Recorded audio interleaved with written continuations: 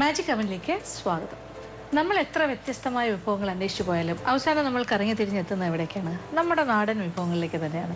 കാര്യം നാടൻ എന്ന് പറഞ്ഞാൽ നമ്മുടെയൊക്കെ എന്താ പറയുക, ഭക്ഷണക്രമത്തിൻ്റെ ഒരു ഭാഗമാണ്. കാര്യം നമ്മൾ കേരളത്തിൽ ജനിച്ചവർ എപ്പോഴും കഴിക്കുന്ന ഭക്ഷണം നാടൻ ഭക്ഷണം തന്നെയാണ്. കേരളത്തിൻ്റെ തനതായ രുചിയുള്ള കാര്യങ്ങൾ, അതിലൊരുപാട് കാര്യങ്ങൾ എന്ന് വെച്ചാൽ പ്രധാനമായിട്ട് വരുന്നത് നമ്മുടെ വെളിച്ചെണ്ണ, കറിവേപ്പില, പിന്നെന്താ നമ്മുടെ സാധാരണ മസാലകളെല്ലാം, മുളക് പൊടി, മല്ലിപ്പൊടി, ഇങ്ങനത്തെ കാര്യം, പിന്നെ തേങ്ങാപ്പാൽ, ഇതൊക്കെ നമ്മുടെ ആ ഡയറ്റിൻ്റെ ഭാഗമാണ്. അപ്പോൾ വേറൊരു പ്രധാന കാര്യം എന്ന് പറഞ്ഞാൽ നമ്മുടെ നാടൻ വിഭവങ്ങളുടെ കൂട്ടത്തിൽ നമ്മൾ ഡെയിലി കഴിക്കുന്ന കാര്യങ്ങളുടെ കൂട്ടത്തിൽ നോൺ വെജ് കഴിക്കുന്നവർക്ക് പ്രധാനമാണ് മത്സ്യം. അപ്പോൾ എല്ലാ ദിവസവും മത്സ്യം കഴിക്കുന്ന വീടുകളുണ്ട്. പിന്നെ ഇടയ്ക്കിടയ്ക്ക് മാത്രം ഇറച്ചി പോലെയുള്ള കാര്യങ്ങൾ, ചിക്കനായാലും മട്ടണായാലും ഒക്കെ ആഴ്ചയിലൊരു ദിവസമൊക്കെ ആയിരിക്കാം. പക്ഷേ മത്സ്യം നിർബന്ധമായും വേണം. അപ്പോൾ ഇന്ന് ഞാൻ പറഞ്ഞു വരുന്നത് എന്താണെന്ന് വെച്ചാൽ, നമ്മൾ ഇന്നൊരു മീൻ കറിയാണ് തയ്യാറാക്കുന്നത്. പക്ഷേ ഇതൊരു സാധാരണ മീൻ കറിയല്ല, വളരെ സാധാരണമായൊരു മീനുകൊണ്ടാണ് തയ്യാറാക്കുന്നത്. എന്നാൽ തനി നാടൻ വിഭവമാണ്. കൂർക്കയുമായി ചേർന്നിട്ടാണ് നമ്മൾ ചെയ്യുന്നത്. കൂർക്ക എന്ന് പറഞ്ഞാൽ ഒരു കിഴങ്ങാണ്, ഒരു ഉരുളക്കിഴങ്ങൊക്കെ പോലെയുള്ളൊരു കിഴങ്ങ് വർഗ്ഗത്തിൽപ്പെട്ട കാര്യമാണ് കൂർക്ക. അതൊരു സീസണലായിട്ട് കിട്ടുന്നൊരു കാര്യമാണ്. അത് ഒരുപാട് പേർക്ക് ഇഷ്ടമാണ്, എനിക്ക് വലിയ ഇഷ്ടമാണ്. അപ്പോൾ ഈ കൂർക്കയും ഇറച്ചികൾ, പലതരം ഇറച്ചികൾ, ഇപ്പോൾ പന്നിയുടെ കൂടെ, പന്നി ഇറച്ചിയുടെ കൂടെ, ചിക്കൻ്റെ കൂടെ, നമ്മളും എനിക്ക് തോന്നുന്നു ചിക്കൻ്റെ കൂടെ അങ്ങനെ ഒരു കൂർക്ക തയ്യാറാക്കിയിട്ടുണ്ട്. കൂർക്ക ചിക്കൻ ഒരു കാര്യം. അപ്പോൾ ഇതെല്ലാം ഒരു നല്ല കോമ്പിനേഷനാണ്. അപ്പോൾ മത്തിയും കൂർക്കയും കൂടെ വന്നാൽ എങ്ങനെയുണ്ടാവും? അപ്പോൾ ഇതൊരു മത്തി കൂർക്ക ഒരു കുഴമ്പ് ആണ് ശരിക്കും പറഞ്ഞാൽ. കറി പോലെയല്ല, ഇങ്ങനെ പുരണ്ടിരിക്കുന്ന നല്ല കട്ടിയുള്ളൊരു കാര്യം. മത്തി കൂർക്ക കുഴമ്പ്, ഇത് തനി നാടനാണ്. ഇത് എങ്ങനെയാണ് തയ്യാറാക്കുന്നത് നോക്കാം. അതിനുവേണ്ടി ചേരുവകൾ എന്തൊക്കെയാണെന്ന് നോക്കാം. നല്ല നെയ്മത്തി 1 കിലോ കഷ്ണങ്ങളാക്കിയത്, കൂർക്ക 1/4 കിലോ തൊലി കളഞ്ഞ് കഷ്ണങ്ങളാക്കിയത്, വെളിച്ചെണ്ണ 1.5 ടേബിൾ സ്പൂൺ, ഉലുവ 1/2 ടീസ്പൂൺ, ഇഞ്ചി ചെറുതായി അരിഞ്ഞത് 1.5 ടേബിൾ സ്പൂൺ, വെളുത്തുള്ളി ചെറുതായി അരിഞ്ഞത് 1.5 ടേബിൾ സ്പൂൺ, ചെറിയ ഉള്ളി ഒരു 10 എണ്ണം നീളത്തിൽ ഘനം കുറച്ചരിഞ്ഞത്, പച്ചമുളക് 2 വലുത് 2ആയി പിളർന്നത്. ഇനി മറ്റു ചേരുവകൾ: മഞ്ഞൾപ്പൊടി 1/2 ടീസ്പൂൺ, മുളക് പൊടി 1/2 ടീസ്പൂൺ, കുരുമുളക് പൊടി 2 ടേബിൾ സ്പൂൺ, തക്കാളി 2 എണ്ണം ചതുര കഷ്ണങ്ങളായി മുറിച്ചത്, കൊടംപുളി 2 വലിയ കഷ്ണം വെള്ളത്തിൽ കുതിർത്തത്, വെള്ളം 1 കപ്പ്, കറിവേപ്പില 4 തണ്ട്, ഉപ്പ് ആവശ്യത്തിന്. അപ്പോൾ ആദ്യം നമുക്ക് കൂർക്ക വേവിക്കാനായിട്ട് ഇടാം. എനിക്ക് കൂർക്ക വലിയ ഇഷ്ടമാണ്. മെഴുക്ക് വരട്ടിയായിട്ടാണെങ്കിലും തോരനായിട്ടാണെങ്കിലും ഒക്കെ ഇഷ്ടമാണ്. അപ്പോൾ നമ്മൾ കുറച്ച്, ഇതൊരു 1/4 കിലോ ആണ് എടുത്തിരിക്കുന്നത്.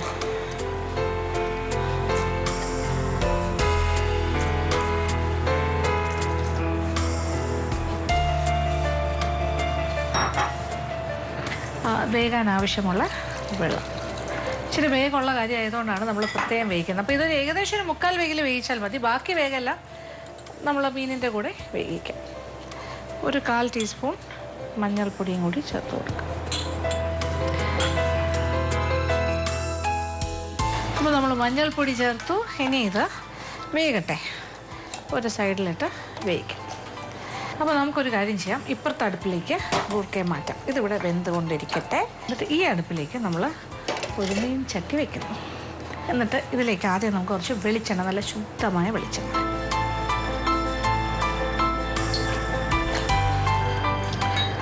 ഒരു 1.5 ടേബിൾ സ്പൂണോ 2 ടേബിൾ സ്പൂണോ വെളിച്ചെണ്ണ ഒഴിക്കുക.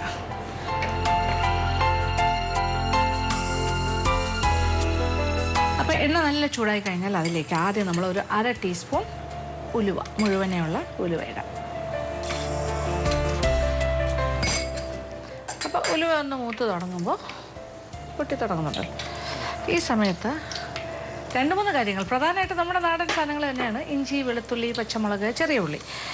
അതിൽ ഇഞ്ചി അരിഞ്ഞ 1.5 ടേബിൾ സ്പൂൺ വരെ എടുത്തു. പക്ഷെ നിങ്ങൾക്ക് ഇങ്ങനെ അരിയാൻ ബുദ്ധിമുട്ടുണ്ടെങ്കിൽ ഒരു കഷ്ണം ഇഞ്ചി, ഒരു 6-7 അല്ലി അല്ലെങ്കിൽ 5-6 അല്ലി വെളുത്തുള്ളി ചതയ്ക്കുക. ചെറിയ ഉള്ളിയും ചതച്ചാലും മതി. ഒരു 10 അല്ലിയോളം ചെറിയ ഉള്ളി, കൊച്ചുള്ളി, അതും കൂടി ചേർക്കാം. അപ്പോൾ ഉലുവ മൂത്ത് തുടങ്ങി. ഇനി ഇതിലേക്ക് ഇഞ്ചി, ഇതെല്ലാം കൂടി ചതച്ച് ചേർത്താലും മതി എന്നാണ് ഞാൻ പറഞ്ഞത്. ഇങ്ങനെ അരിയാനുള്ള സമയം പോലും വേണം. ഇഞ്ചി, വെളുത്തുള്ളി, കൊച്ചുള്ളി ചതയ്ക്കാണെങ്കിൽ ഒറ്റ ട്രിപ്പിന് തീരും കാര്യങ്ങൾ.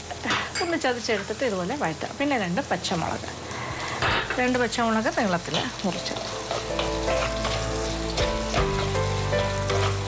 അപ്പോൾ നമ്മുടെ ഗൂർക്ക ഒരു സൈഡിൽ ഇങ്ങനെ വെന്തുകൊണ്ടേയിരിക്കുന്നതിൽ ഇച്ചിരി മഞ്ഞൾപ്പൊടി ചേർത്തിട്ടാണ് നമ്മൾ വേവിക്കുന്നത്.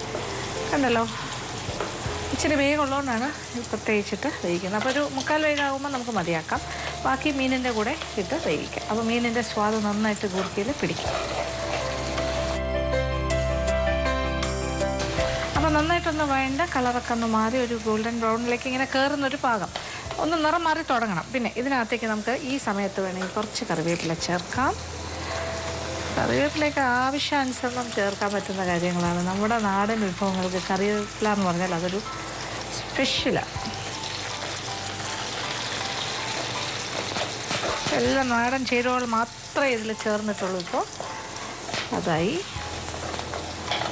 കൂർക്കയിലേക്ക് ഒരല്പം ഉപ്പും കൂടി ചേർത്ത് കൊടുക്കാം. ഉള്ളിലേക്ക് പിടിക്കണമല്ലോ.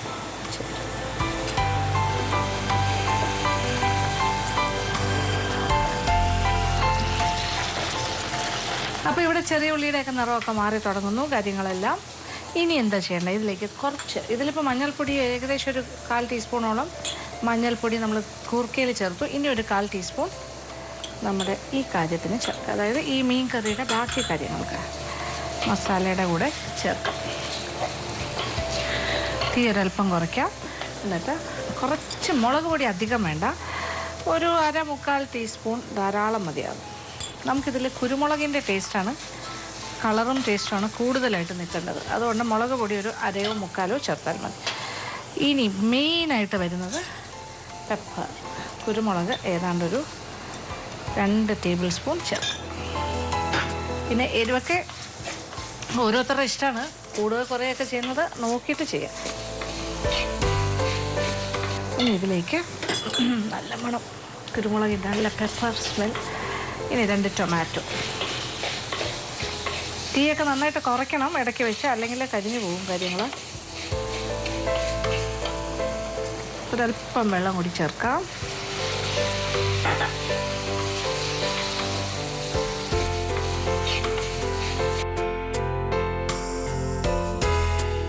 അപ്പോൾ ഞാനൊരു 1/2 ടേബിൾ സ്പൂണും കൂടി കുരുമുളക് പൊടി ചേർത്തിട്ടുണ്ട്.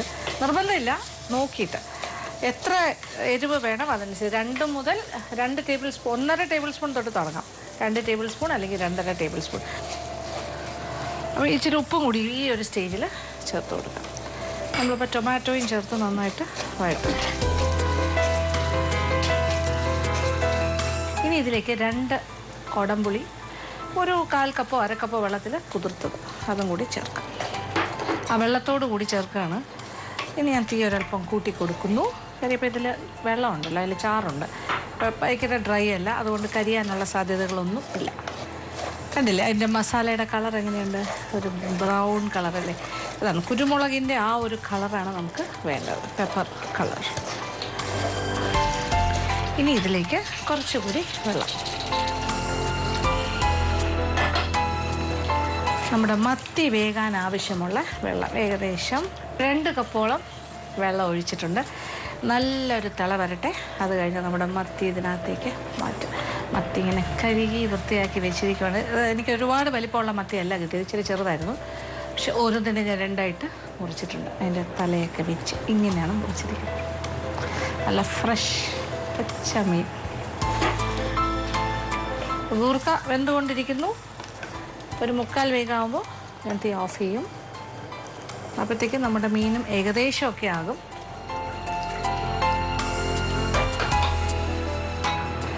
അപ്പോൾ ചെറുതായിട്ടൊന്ന് തിള വന്ന് തുടങ്ങി. ഇനി നമ്മളിതിലേക്ക് മീനിൻ്റെ കഷ്ണങ്ങൾ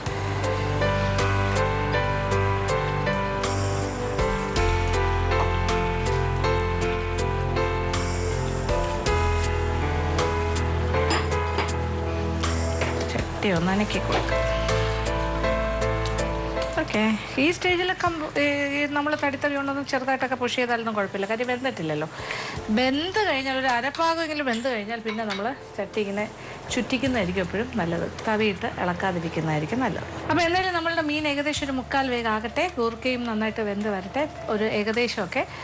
അത് കഴിഞ്ഞിട്ട് എങ്ങനെയാണ് അത് കമ്പൈൻ ചെയ്യുന്നതല്ല രണ്ടും കൂടെ യോജിപ്പിക്കുന്നതെന്നൊക്കെ കാണാം. എന്തായാലും ഈ പാത്രം അടച്ചിച്ചിരി നേരം ഞാൻ വേവിക്കും. അത് ഞാൻ പാത്രം മാറ്റിയിട്ട് ബാക്കി സമയം, അധികം സമയമൊന്നും വേണ്ട, പെട്ടെന്ന് തന്നെ ആകും. വെയിറ്റ് ചെയ്യുക. നമ്മുടെ മത്തിക്കറി ഇങ്ങനെ റെഡി ആയിക്കൊണ്ടിരിക്കുന്നു. കുരുമുളക് മത്തി ഇങ്ങനെ കുറച്ച് ചാറോടുകൂടി ഏതാണ്ടൊക്കെ മുക്കാൽ ഭാഗം വെന്തിട്ടുണ്ട്. കൂർക്കയുടെയും ഒരു മുക്കാൽ ഭാഗം വേഗമായി കഴിഞ്ഞു. ഇനി അതിൽ നിന്നും ഊറ്റിയെടുത്ത് ഇതിനകത്തേക്ക് ഇടുക.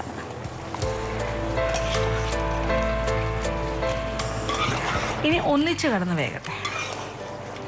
രണ്ടിൻ്റെയും വേഗ് ഒന്നിച്ചായി. ഇനി ഒന്നിച്ചൊരു വേഗൽ.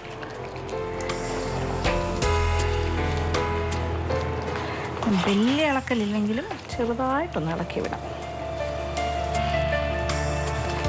ഇനി കൂർക്കയും മത്തിയും എല്ലാം കൂടി കിടന്ന് ഒന്നിച്ച വേഗം വെന്ത് ഏകദേശമൊക്കെ കുറേയൊക്കെ വറ്റി ഒരു കുഴമ്പ് പാകത്തിലാകുന്നവരെ നമ്മൾ വെയിറ്റ് ചെയ്യേണ്ടി വരും.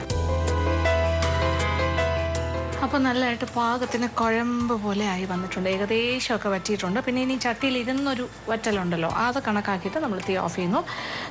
കൂർക്കയുടെയൊക്കെ പീസസിലെല്ലാം നല്ല ചാറൊക്കെ പിടിച്ച് ആ മീനിൻ്റെ സത്തെല്ലാം ഇറങ്ങി ആ ഒരു രുചിയിലേക്ക് മാറിക്കഴിഞ്ഞു. ഇനി ലാസ്റ്റ് ഒരല്പം വെളിച്ചെണ്ണ, കുറച്ച് പച്ച വെളിച്ചെണ്ണ ഒരല്പം ഇങ്ങനെ ഒഴിക്കാം. ഇനി 2 ഫ്രഷ് കറിവേപ്പിലയും കൂടി നമുക്കിതിലേക്ക് ഇടാം.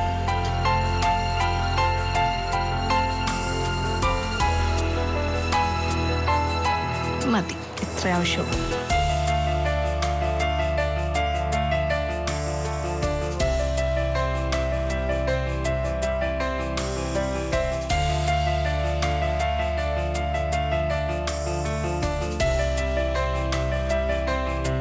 അങ്ങനെ വളരെ നാടൻ സ്വാദുള്ള ഒരു കിടിലം വിഭവമാണിത്, നമ്മളുടെ മത്തി കൂർക്ക കുഴമ്പ്.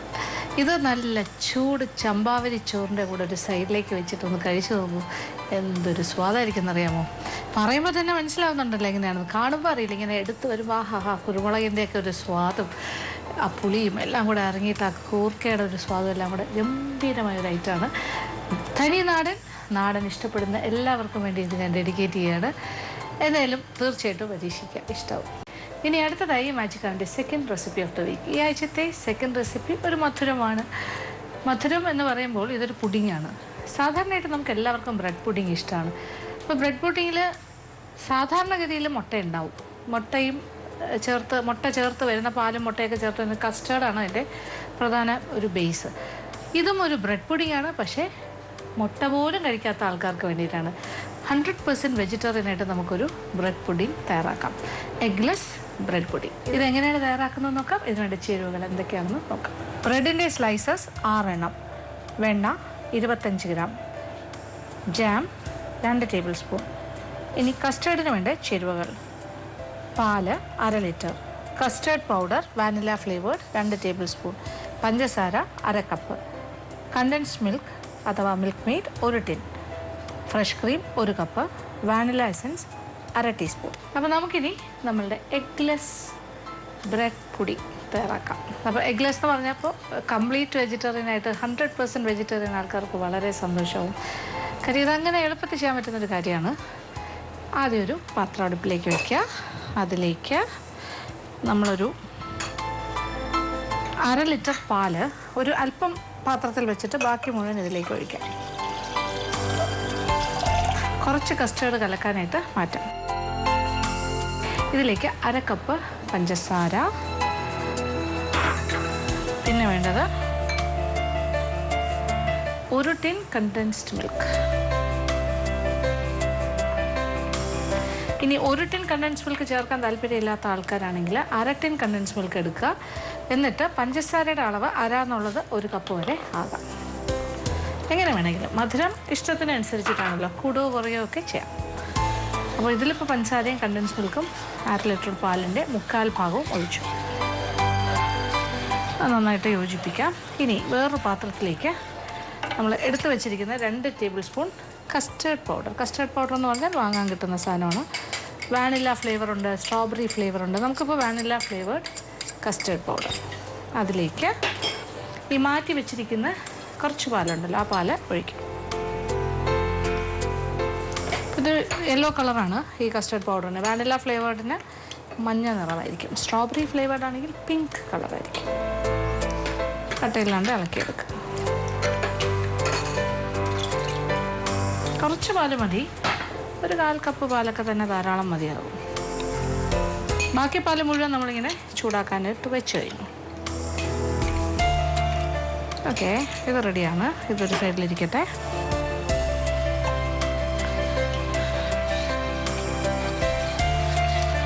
അപ്പോൾ ഇതിങ്ങനെ ഇളക്കി കൊടുത്തുകൊണ്ടിരിക്കുക. അപ്പോൾ ഏകദേശമൊക്കെ ഒരു തള വരാകുമ്പോൾ നമ്മൾ ഈ കസ്റ്റേർഡ് കലക്കി വെച്ചതും കൂടി അതിലേക്ക് ചേർക്കണം.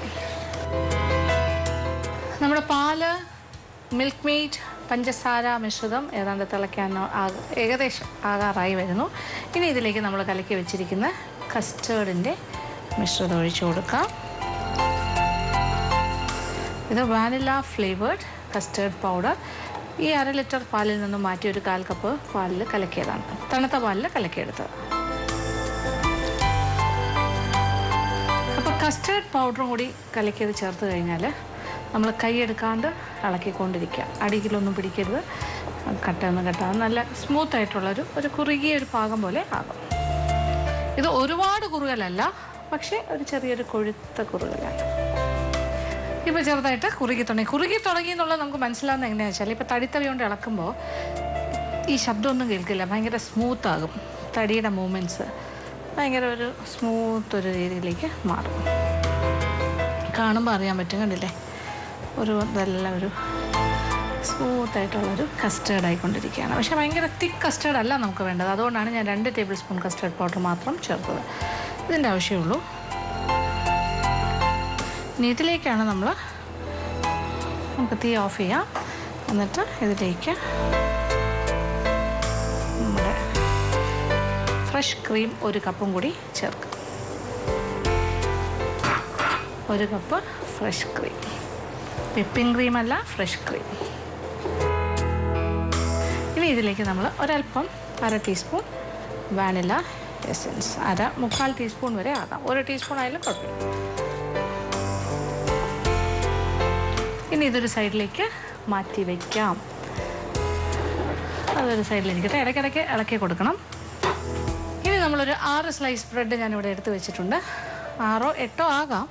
ഇതിലൊരു 6ആണ് ഞാനൊരു കണക്കായിട്ട് സൂക്ഷിക്കുന്നത്.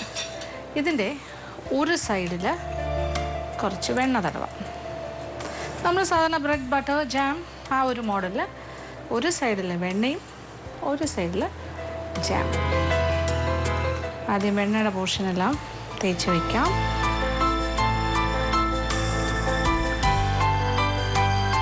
അപ്പോൾ റൂം ടെമ്പറേച്ചറിലുള്ള വെണ്ണയാണെങ്കിൽ എളുപ്പത്തിൽ നമുക്ക് സ്മൂത്തായിട്ട് ചെയ്യാൻ പറ്റുള്ളൂ.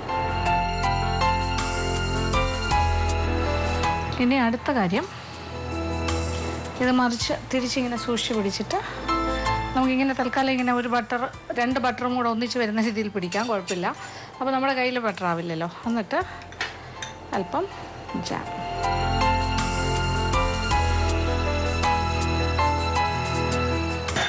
ഇങ്ങനെ ഒരു സൈഡിൽ പുരട്ടിയിട്ട് നമ്മളെന്താ ചെയ്യാൻ പോകണമെന്ന് വെച്ചാൽ, ഇപ്പുറത്തെ സൈഡിൽ വെച്ചിട്ട്,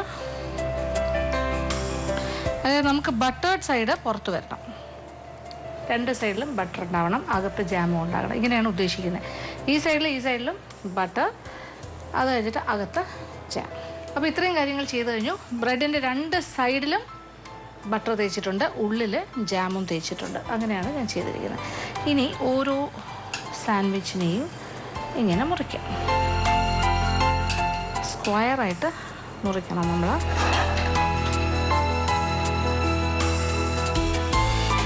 ഇങ്ങനെ മുറിച്ചിട്ട് നമ്മളിങ്ങനെ ഒരു ബേക്കിംഗ് പാത്രത്തിലേക്ക് അടുക്കും.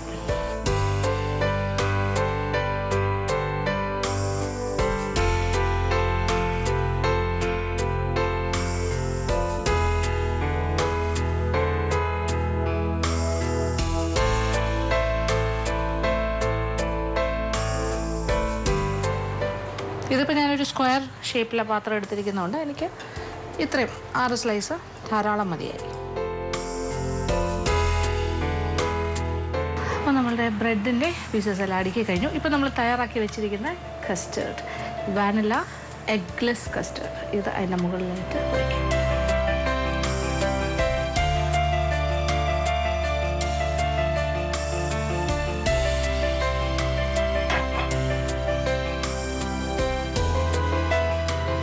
ബ്രെഡ് ഇങ്ങനെ പൊങ്ങിയൊക്കെ വരും, അതിലൊന്നും കാര്യമില്ല.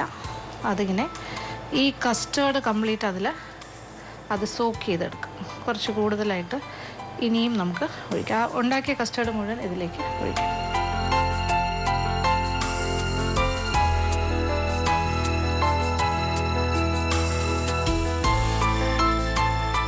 ഒന്നുകിൽ ഇത് ബേക്ക് ചെയ്യുക, ഇലക്ട്രിക് അവനിൽ വെച്ചാണെങ്കിൽ ഒരു 170 ഡിഗ്രി ചൂടിലൊക്കെ 170 180 ഏകദേശം ഒരു 20-25-30 മിനിറ്റ്സ് ഒരു ഗോൾഡൻ ബ്രൗൺ കളറൊക്കെ ആകുന്നവരെ ബേക്ക് ചെയ്യുക.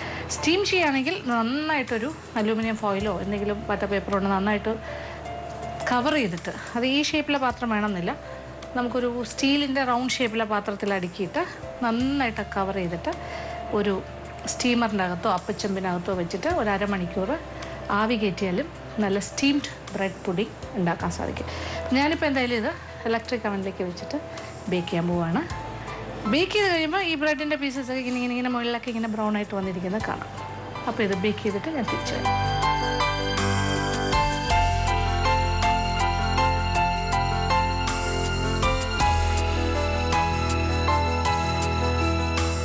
അങ്ങനെ എളുപ്പത്തിൽ തന്നെ നമ്മുടെ ബ്രെഡ് പുഡിംഗ് ഇവിടെ തയ്യാറായി കഴിഞ്ഞ് നല്ല സ്വാദിഷ്ടമായ എഗ്ലെസ് ബ്രെഡ് പുഡിംഗ് ആണ്. പിന്നെ ഇതിൻ്റെ മധുരമൊക്കെ നിങ്ങളുടെ ഇഷ്ടത്തിനനുസരിച്ച് ക്രമീകരിക്കുക.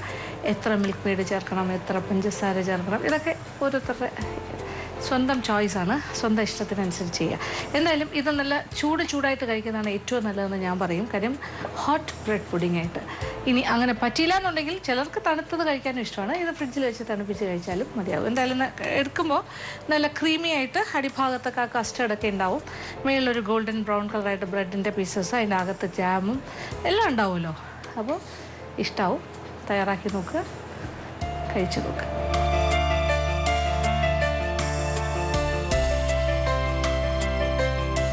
ഇന്നത്തെ എപ്പിസോഡിൽ കാണിച്ച 2 വിഭവങ്ങളും എല്ലാവർക്കും തന്നെ ഇഷ്ടപ്പെട്ടു കാണുമെന്ന് വിചാരിക്കുന്നു. ആദ്യം കാണിച്ചത് തനി നാടനായിട്ടുള്ള വിഭവമായിരുന്നു മത്തി കൂർക്ക കുഴമ്പ്. അത് ഭയങ്കര സ്വാദാണ് ചോറിൻ്റെ കൂടെ. പിന്നെ രണ്ടാമത് കാണിച്ചത് എളുപ്പത്തിൽ ചെയ്യാം ബ്രെഡ് പുഡിംഗാണ് എല്ലാവർക്കും ഏറ്റവും എളുപ്പത്തിൽ ചെയ്യാൻ പറ്റുന്നൊരു കാര്യം. എനിക്ക് തോന്നുന്നു കുട്ടികളൊക്കെ ആദ്യം പഠിക്കുന്നൊരു കാര്യം ബ്രെഡ് പുഡിംഗ് ആയിരിക്കും ഉണ്ടാക്കാൻ. അപ്പോൾ അതിൽ തന്നെ ഒരു എഗ്ലെസ് വേർഷനാണ്. അപ്പോൾ അതും പരീക്ഷിക്കുക, എല്ലാവർക്കും ഇഷ്ടം. ഇന്നത്തെ എപ്പിസോഡ് ഇവിടെ അവസാനിക്കുകയാണ്. വീണ്ടും പുതിയ വിഭവങ്ങളുമായി മാജിക് അവനിലൂടെ കാണാം.